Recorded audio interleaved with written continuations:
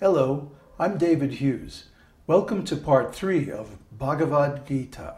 In this section, we'll cover the second topic of part 2, which is how to recognize the self-realized soul.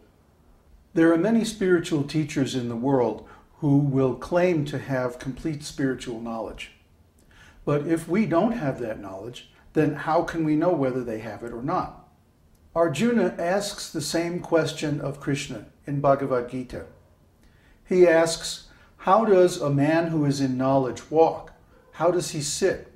How does he speak? And what are his activities? Notice that this question is on the external platform.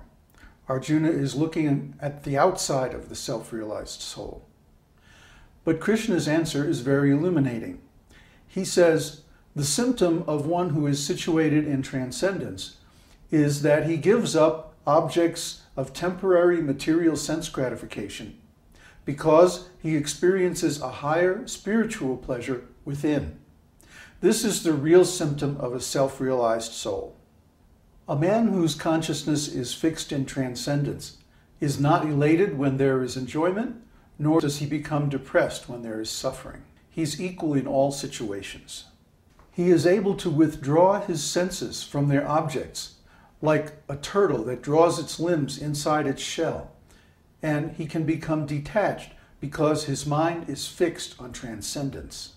Our normal consciousness is actually spiritual. After all, what does the spirit soul have to do with this material body? The material world is actually far away from us. So real spiritual consciousness means to be face to face with God in an eternal, loving, spiritual relationship of service, and to be detached from material enjoyment and material happiness and distress as well.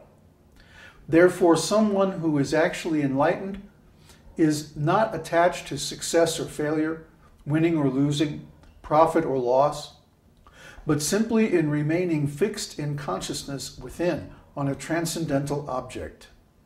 After discussing the symptoms of the self-realized soul, Krishna goes on to analyze how our original spiritual consciousness becomes converted into material consciousness.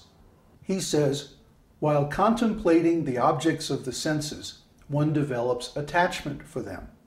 And from attachment, lust develops.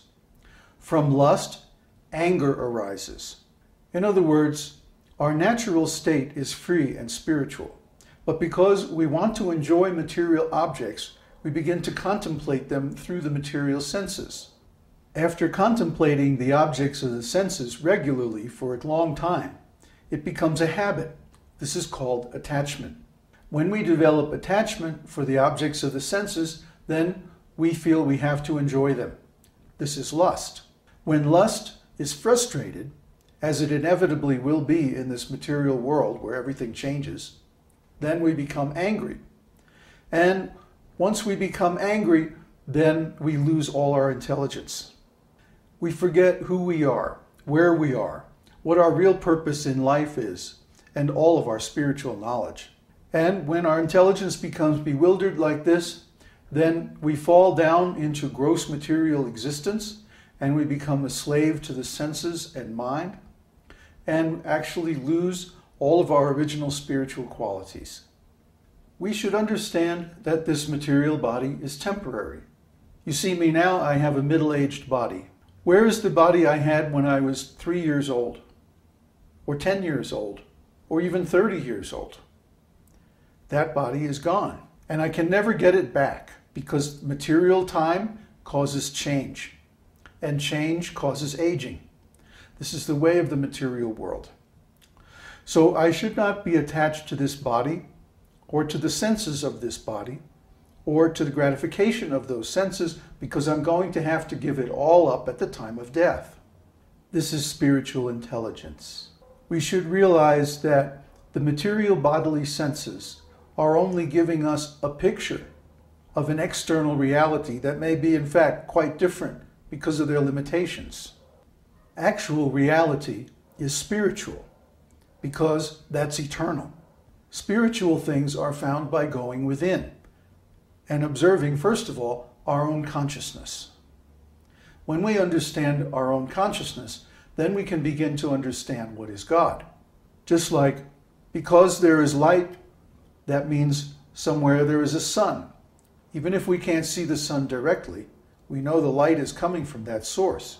Similarly, when it rains, we know somewhere there is an ocean. There is a source of the water.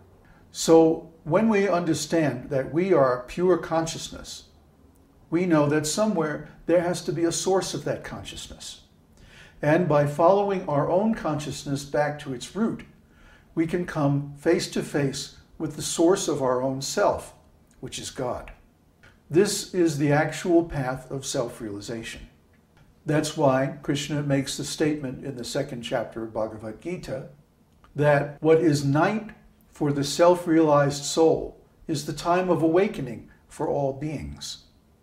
And the time of awakening for all beings is night for the self-realized soul. This means that the things that attract the big crowds in the world today, the popular songs and stars and topics of discussion, the cultural magnets that draw millions of people on the internet, these are all for the unenlightened people. The enlightened people aren't going outside through the senses to enjoy. They're going inside, into their inner world and discovering their own consciousness. To the ordinary materialist, this seems like a dream, but actually, it's the only reality. So the Gita teaches us that trying to find safety, peace, and happiness in this material world is actually useless. Everything in this world changes by the influence of time, beginning with our own body and mind, because these things are material. So our body is always changing, our mind is always changing, the senses are always changing, our appetites are always changing, the world is always changing, our feelings are always changing. Other people and our relationships with them are similarly unstable.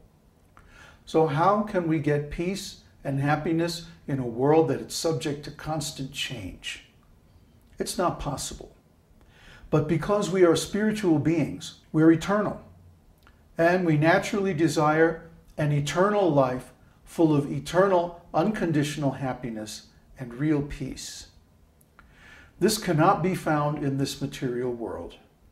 It can only be found by going within and discovering the spiritual world and ultimately the Lord Himself within. Bhagavad Gita discusses in great detail how to attain this peace. Krishna closes the second chapter by saying that peace can only be found by a person who has given up all desires for material sense gratification, who lives and works free from desire. That means free from desire for material profit. And finally, peace can only be found by one who has given up the sense of proprietorship over his own body, his own self, his work, and the results of his work. Only such a person can attain real peace. And in the next chapter, Krishna is going to explain exactly how to do this. Om Namo Bhagavate Vasudevaya. Om Namo Bhagavate Vasudevaya.